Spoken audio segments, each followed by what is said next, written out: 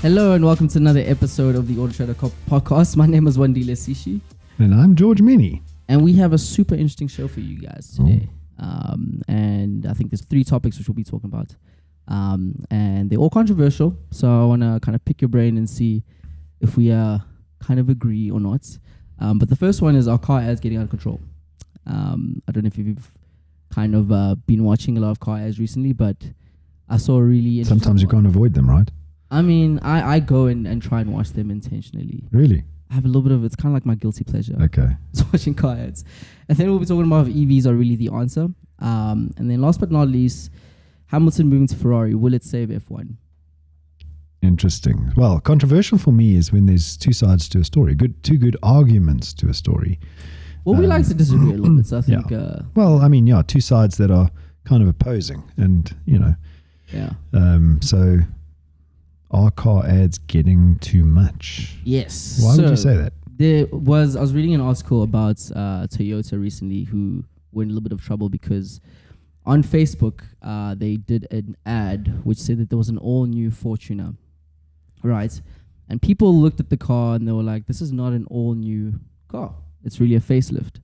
And it's not the first time that, that this has happened where an automaker is in trouble for kind of using words or semantics really, which weren't necessarily true.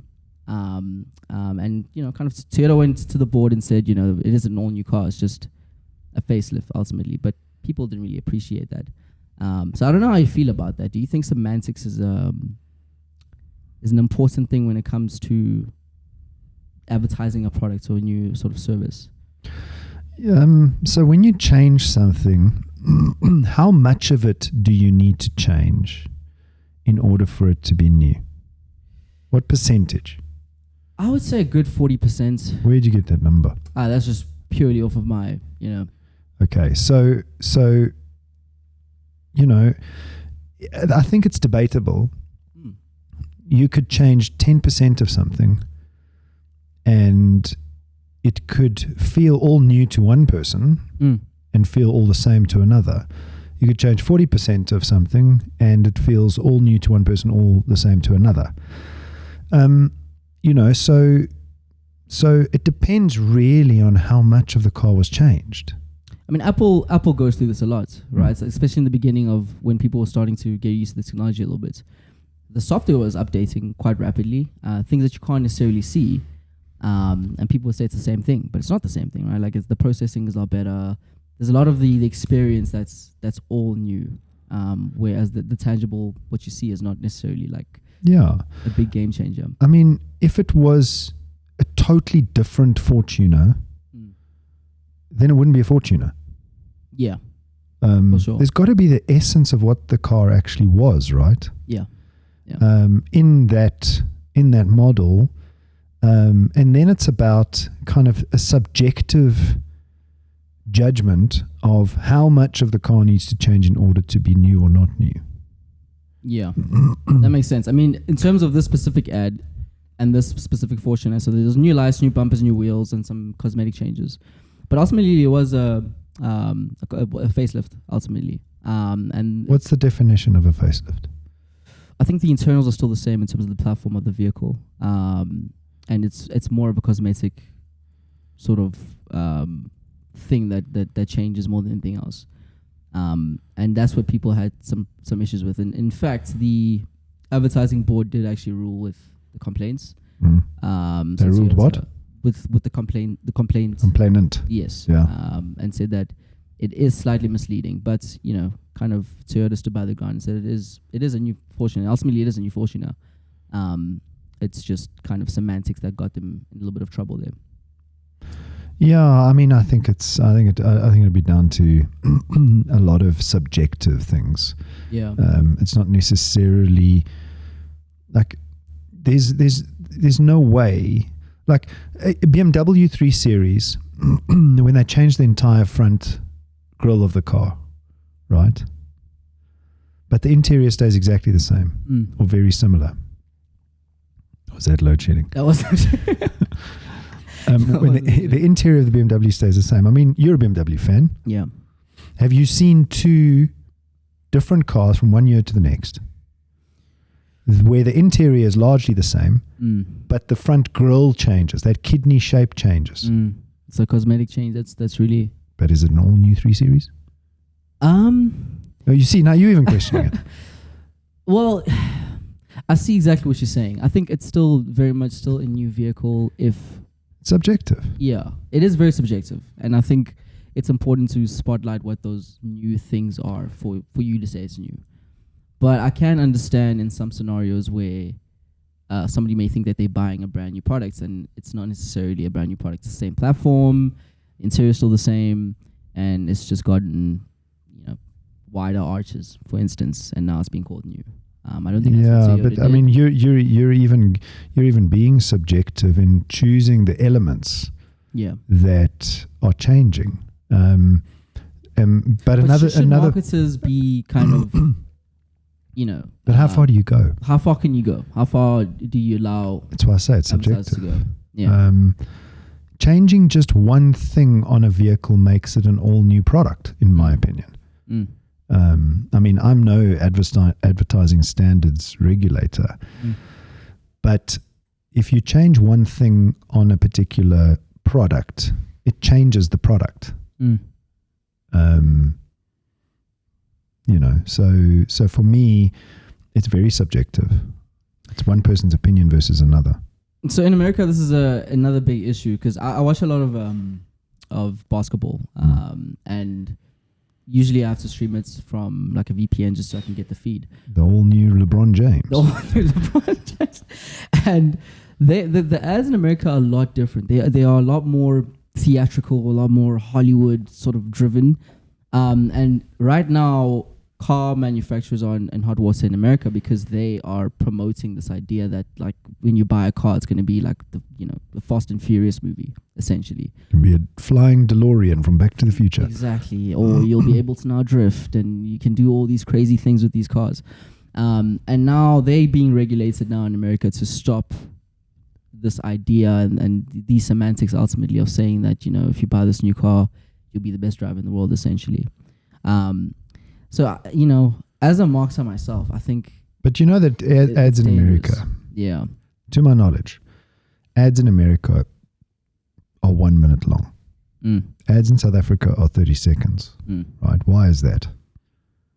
I don't know. Because of all of these disclaimers and the legal repercussions in the United States. Mm. So they have to have all of these disclaimers actually mentioned in the ad. Mm. And their ads are 1 minute long. We might be going down the same road. But okay, well, the research in America found that if you look at the ads there, more than half of them feature dangerous driving behavior. No, I'm not speaking to that. I'm talking about all the disclaimers that they have to mention from the Advertising Standards Board. If you add a disclaimer, does it still make the dangerous driving okay? No, not necessarily. Yeah. I think it can still be detrimental. And it's kind of hard to say because the disclaimers, I think it's important. I mean, I think common sense also needs to kind of prevail and be like, this is clearly an advert, not necessarily the true driving experience. And those ads do usually say, there's a stunt driver, it's closed off, drive safe at the end. They usually do say that. But I mean, it's sensationalizing a very emotive experience. Well, look at what happened to, I think it's Red Bull. Yeah. With Red Bull Gives You Wings. And to my knowledge, I think they had to change the ads because they were promoting flying. It's dangerous. Some people take it will literally see that and be like, yeah. So now I'm not condoning it, but like you got to, as a normal human being, you've got to like look at that and say, I can't drive. Surely like I can't. Yeah, and surely I can't fly. Yeah, So I understand what the reasoning is behind it, because you do get some people that will kind of go out and think that they can fly, and you want to avoid that. But you can't take an advert literally. At what point that's like going to the movies and thinking you can be Superman and thinking that like those things are real. If you let a bat bite you, you'll be like Batman Yeah, if you like Spider-Man, yeah. you'd be a vampire or something, all the zombie movies. So how far do you go, in regulating this stuff? I mean, there are numbers. Though. Eventually, you'll have a talking head like, this is a Toyota Fortuner. It has 4 doors. And it is not brand new from its previous counterpart. We've changed the wheels. Exactly. It's going to take a lot of the fun. This is so boring, yeah. For sure. But there are numbers to justify where some of these regulators are coming from. No, I mean, I think there's a place for it. I think there's a place for telling the truth. If you can't portray something, you can't portray the features of something that it's not. Or feature a car, as something that it's not, or break the law. So I understand drifting in the streets. It breaks the law. You can't do it, So would it be right for an ad? I don't know. Let the regulators deal with that. But as a watcher of that ad, I'm not sitting there thinking, okay, I can drift better in this car. Yeah, for sure.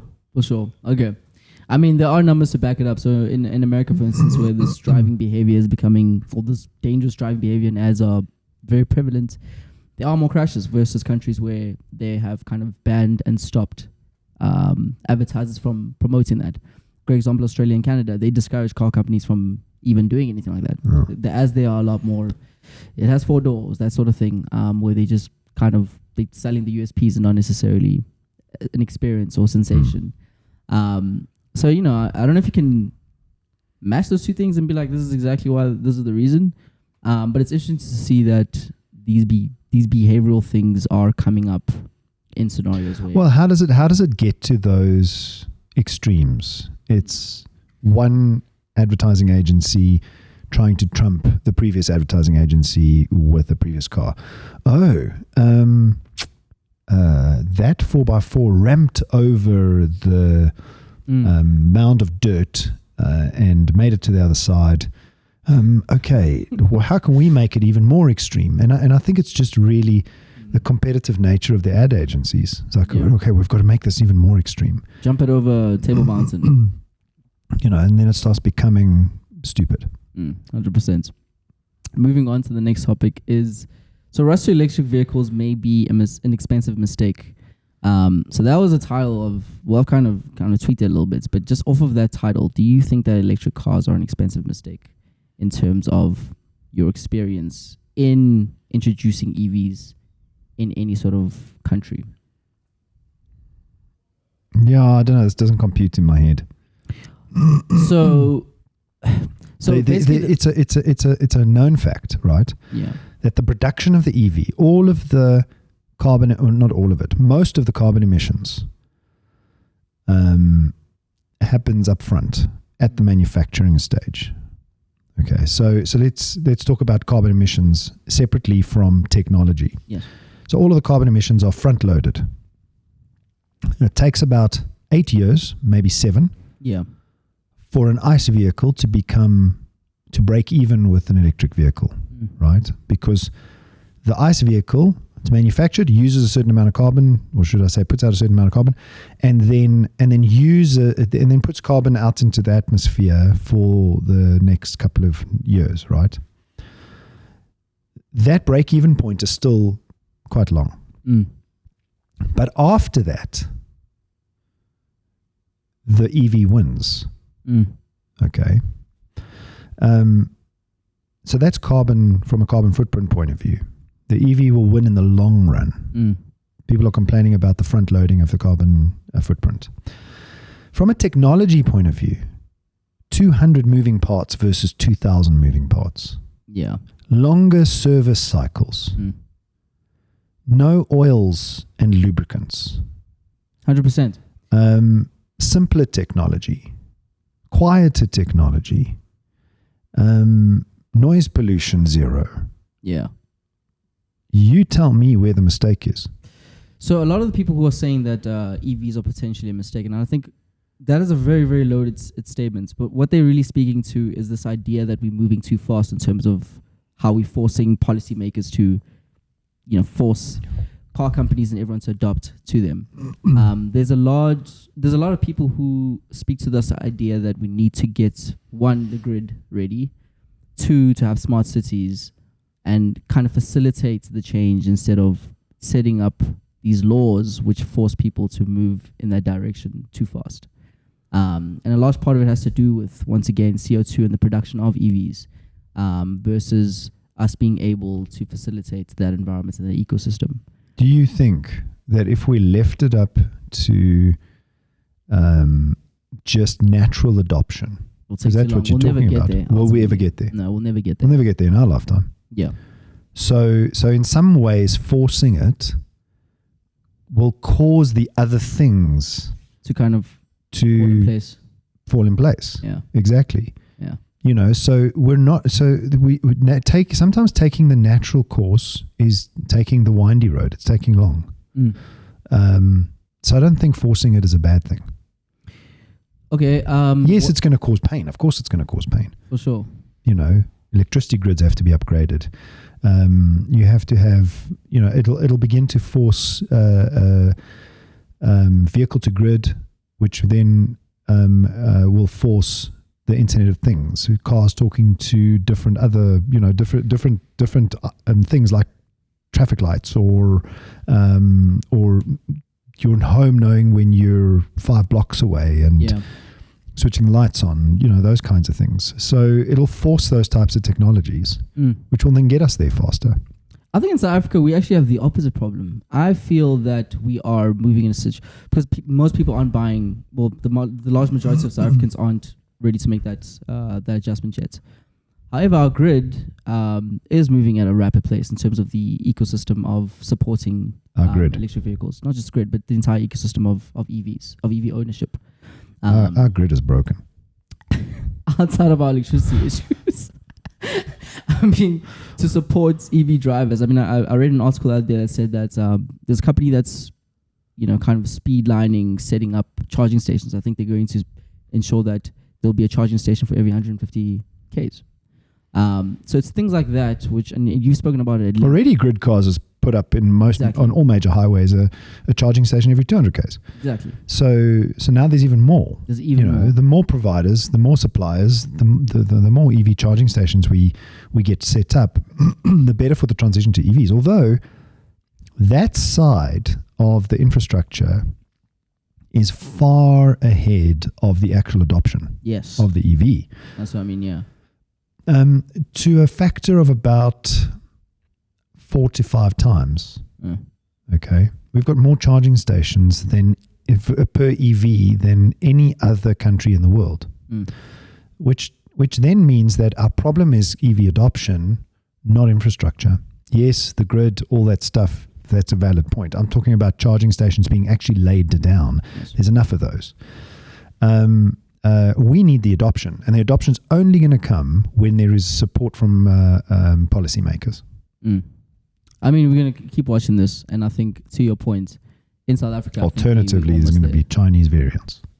And I've seen a few automakers actually bringing in the next coming months. So I think we'll start to see that quite a bit.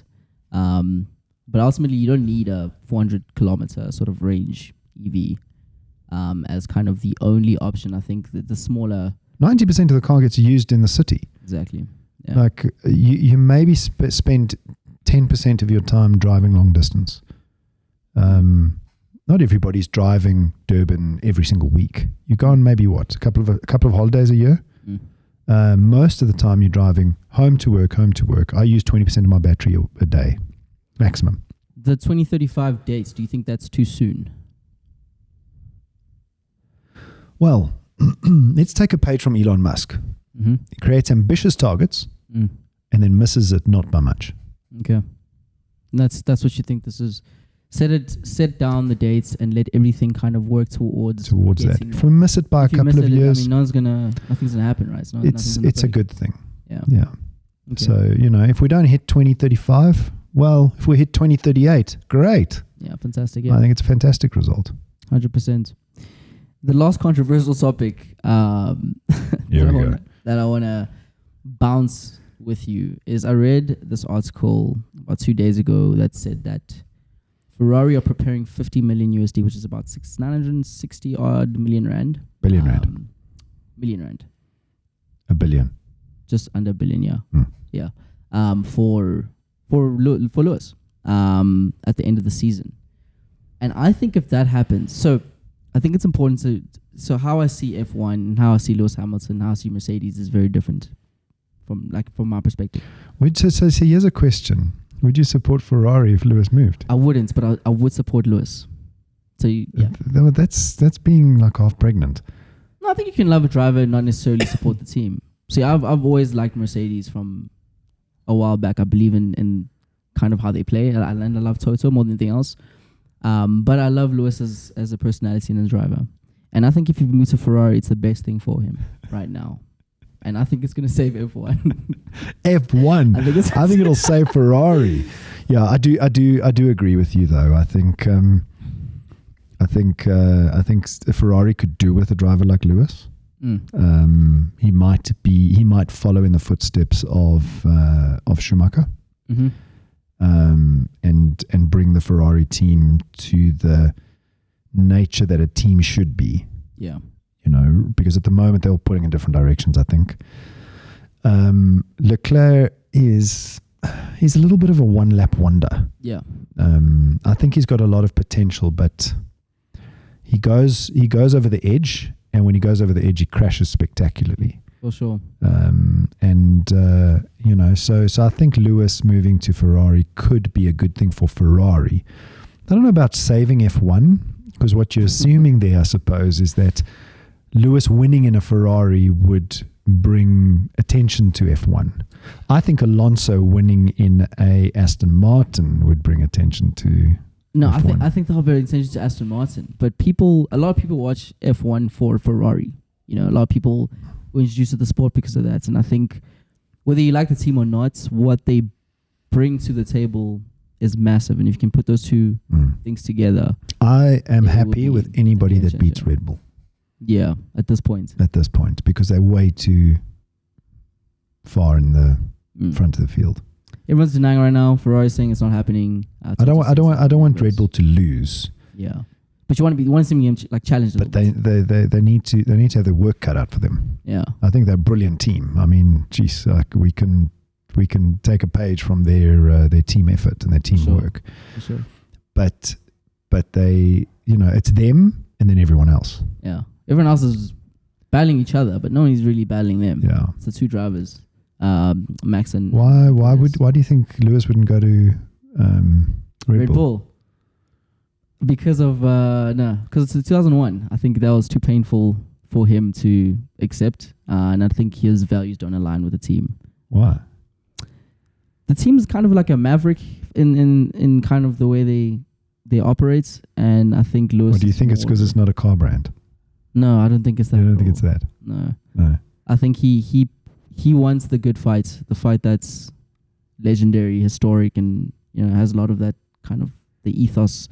And team is such a big thing for him. I don't think he aligns much with Helmut and Horner. So I don't know. I think it's more about Verstappen. That too. Can't have two chefs in the kitchen. Yeah, I think the two of them would knock heads for sure, and then they'd probably bring the whole team down. Yeah, I want to see things shake up. Anyways, like I just want to see anything happen in the next year. Well, talk about that. Could you have two world championship drivers in one team? Do you think it's a detriment to the team, or do you think it's a benefit? I think it's a detriment. I think it's a detriment. We've had it before. We've had it with Lewis and Alonso when they were in a team. I mean, that was just turmoil throughout. They were fighting each other. Was Lewis a champion by then? I know Alonso was a 2-time champ at the time, and Lewis... I don't think Lewis was a champion at that point. I think he already got in his... No, it was his first season. It was first season. Exactly. Yeah. So that's not really two world champions. But the mentality was there. I mean, he was... Really no, fair enough. But what I'm saying is like 7 times world champion, 4 times world champion in the same team. Yeah. And close to each other. And still fighting for more, both of them. Yes. So it's tough to manage. So to have a 7-time world champion like Lewis and Verstappen in the same team now, I think it would be a detriment in any team. Yeah, no, for sure. For sure. Let's see what happens. I hope he goes there. I know it's going to happen because I think Charles would stay and Sainz would move. But, whatever happens, I'm there. If Lewis goes to Ferrari, I might just support Ferrari again. If Lewis moves to Ferrari, I'll be happy for both of you. That's pretty much all the time we have for today. Thank you so much, George. Thank you, Wandile.